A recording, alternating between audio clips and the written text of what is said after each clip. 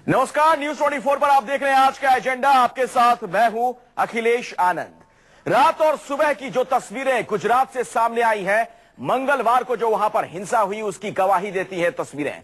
पटेल समुदाय के लिए ओबीसी आरक्षण की मांग को लेकर चल रहे आंदोलन के हिंसक हो जाने के बाद किस तरह के हालात गुजरात में है, तस्वीरें आप देखिए। भीड़ ने जगह जगह सरकारी संपत्ति को नुकसान पहुंचाया है। इसके अलावा बसों में आग लगा दी गई।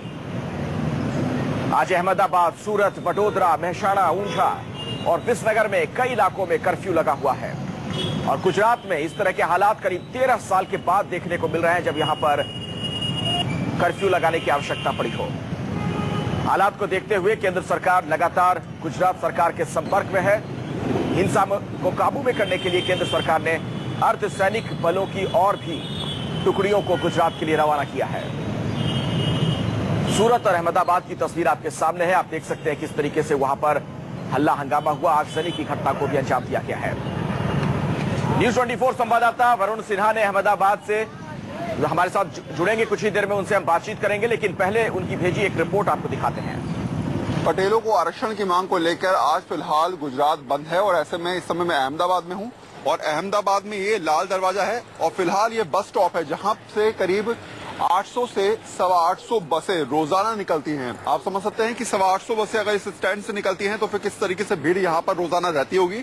लेकिन फिलहाल यहाँ पर एक भी बस नजर नहीं आ रही है और लोग परेशान हैं। इस बात का इंतजार कर रहे हैं कि आखिर बस कब आएगी। हालांकि यहाँ पर लोगों से हमने बातचीत करने की कोशिश करी। जो सरकारी ऑफिसर्स हैं उन्होंने कहा कि आज ऊपर से ऑर्डर है कि कोई भी बस नहीं चलाई जाए। तो फिलहाल लोगों से पूछता हूँ कि फिलहाल वो कितने परेशान हैं।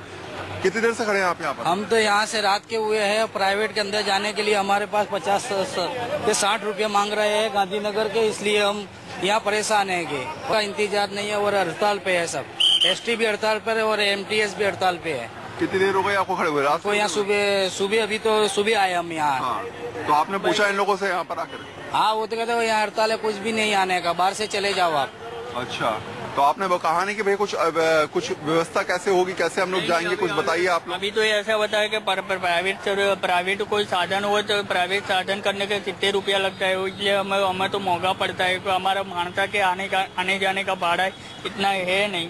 हाँ। तो हम कैसे जा सकते हैं कि हमें प्राइवेट भी साधन भी मिलते हैं अभी। हाँ। तो गवर्नमेंट को जो एमटीएस और बीआरटीएस वो सब लोग बंद है।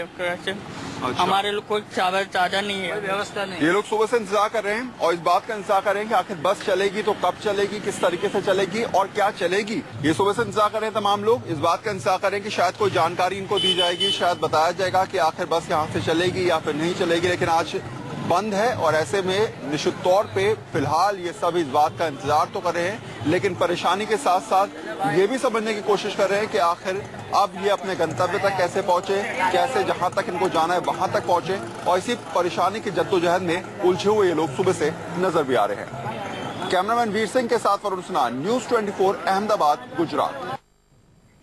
स्थितियां और विकट हो चली हैं। जिस तरह के हालात वहां पर बने हुए हैं, ऐसे में जो लोग दफ्तर जा रहे हैं उनके सामने भी तमाम तरह की मुश्किल आते हैं। हमारे संवाददाता वरुण सिन्हा ने कुछ लोगों से वहां पर बातचीत की है। एक और रिपोर्ट आपको दिखाते हैं।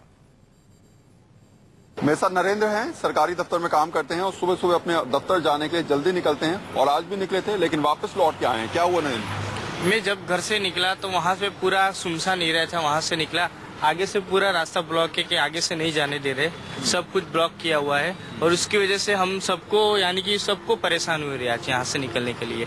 यानी कि आप देख रहे पूरा ये लाल दरवाजे का बस स्टॉप है जो पूरा भरा रहता है, जो कभी भी आज तक अहमदाबाद में खाली नहीं हुआ। कभी कौन सी भी सिचुएशन, आज ऐसी सिचुएशन आ रही है कि यहाँ पे कोई भी आज दिख नहीं रहा है और बहुत ही गंभीर स्थिति है कि यानी कि ये पूरा बंद हो रहा है, यानी बहुत ही डिफिकल्ट चीज है। अच्छा, तो फिलहाल आपका ऑफिस यहाँ से कितना किलोमीटर है? मेरा ऑफिस यहाँ से 10 किलोमीटर है। और आपको पहले ही यहाँ पर रोक दिया गया? हाँ, आपसे बोला गया वापस जाइए आप? हाँ, वापिस आइए। अहमदाबाद बंद है? हाँ। तो सरकारी दफ्तर भी बंद कर दिए गए हैं? हाँ, शायद बंद है, चालू है, लेकिन हम पहुँचे वहाँ तो फिर चालू हो गया ना। तो आपने पूछा नहीं कि भाई मुझे जाने क्यों नहीं दे रहे आप? तो उन्होंने ऐसा क्या किया, पूरा बंद का ऐलान है, नहीं जाने देंगे आपको, आगे ही ब्लॉक कर दिया। ये कौन, पुलिस वाले थे? हाँ, जिन्होंने रास्ता बंद करा? हाँ।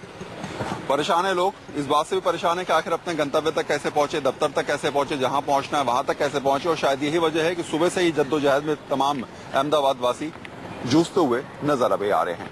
कैमरामैन वीर सिंह के साथ वरुण सिन्हा, न्यूज 24 अहमदाबाद, गुजरात। और इस पूरे मामले में ताजा जानकारी के लिए इस वक्त वहां पर क्या स्थिति है, आपको सीधे लिए चलते हैं अहमदाबाद। हमारे साथ वरुण सिन्हा हमारे सहयोगी इस वक्त जुड़ चुके हैं। वरुण, कल रात की तस्वीरों से आज की सुबह कितनी अलग है?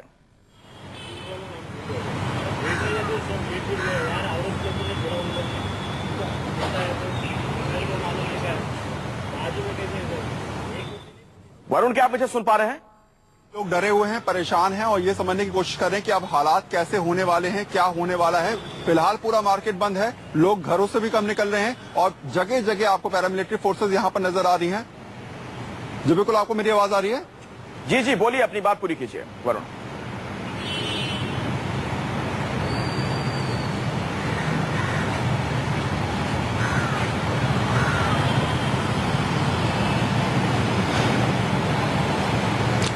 जो बिल्कुल लगातार यहाँ पर पैरामिलिट्री फोर्सेस लगाई गई हैं, आरएएफ लगाई गई है, कई अर्धसैनिक बलों की टुकड़ियां लगाई गई हैं और कोशिश सरकार की ये है कि कैसे स्थिति पे काबू पाया जाए, उसको लेकर लगातार रणनीति तैयार की जा रही है। लेकिन जहां तक लोगों की बात करें, जरूर मुश्किलों में है, परेशान है, जिसको जहां जाना है वो जा नहीं पा रहा है। करीब 850 से 900 बसें चलती हैं अहमदाबाद के अंदर, सभी की सभी आज बंद है। इसके अलावा कोई जाने का साधन नहीं है, लोगों के लिए सब्जियां या रोजमर्रा की जो चीजें हैं वो खरीदने का साधन नहीं है। तो ऐसे में निश्चित तौर पर परेशान जरूर है लोग और फिलहाल ये समझने की कोशिश कर रहे हैं कि आखिर ये आंदोलन जो भी हुआ, जो कुछ भी हुआ, उसके पीछे कारण जो भी रहा हो, लेकिन कम से कम आम आदमी की दिक्कतें नहीं होनी चाहिए और इसी बात को लेकर लोग परेशान भी हैं। जी, पटेल समुदाय के लोगों से वरुण अगर आपकी बात हो पाई हो, पाटीदारों से, वो क्या कह रहे हैं? क्या कर्फ्यू की वजह से ये स्थिति फिलहाल ठीक नजर आ रही है?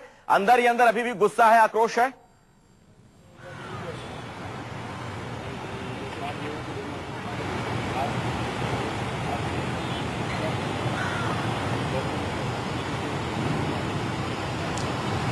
देखिए, पटेल समुदाय के कई लोगों से हमारी बातचीत हुई थी सुबह, लगातार हम लोग उनसे बातचीत करने की कोशिश भी कर रहे थे और कुछ लोगों से बातचीत हुई है। हालांकि उनका ये कहना है कि हमने बंद का आह्वान किया है तो बंद की वजह से तमाम दुकानें बंद हैं, लोगों को जरूर परेशानी हो रही है, लेकिन ये आंदोलन है और आंदोलन जब भी बड़ा होगा जब तक लोग सहयोग नहीं करेंगे। अपनी तरफ से तर्क जरूर दे रहे हैं, लेकिन यहाँ पर सवाल यह है कि सरकार की बात करें या फिर आंदोलनकारियों की बात करें या फिर उन लोगों की बात करें जो इस सब चीजों में इन्वॉल्व थे, इन सब की वजह से दिक्कतें उठानी पड़ रही है आम जनता को। गुजरात की जो फिलहाल तमाम समस्याओं से रूबरू हो रही है, जिसको रोजमर्रा की चीजें नहीं हो पा रही, जिसको ऑफिस जाना वो जा नहीं पा रहा है और फिलहाल डर से घर से बाहर निकल रहा है कि आखिर क्या हालात हैं, एक बार वो देखने के लिए निकले। कई ऐसे लोग भी यहाँ पर हमें ऐसे मिले जो घर से बाहर इसलिए निकले थे कि वो देखना चाहते थे कि फिलहाल हालात कैसे हैं, अगर उन्हें कहीं जाना है तो क्या वो आज जा पाएंगे या नहीं जा पाएंगे। तो फिलहाल स्थिति अगर कही जाए तो फिलहाल लोग ये समझने की जरूर कोशिश कर रहे हैं कि जो माहौल कल बना था क्या वो उसमें सुधार हो रहा है या फिर हो रहा है तो कब तक पूरी तरीके से हो पाएगा।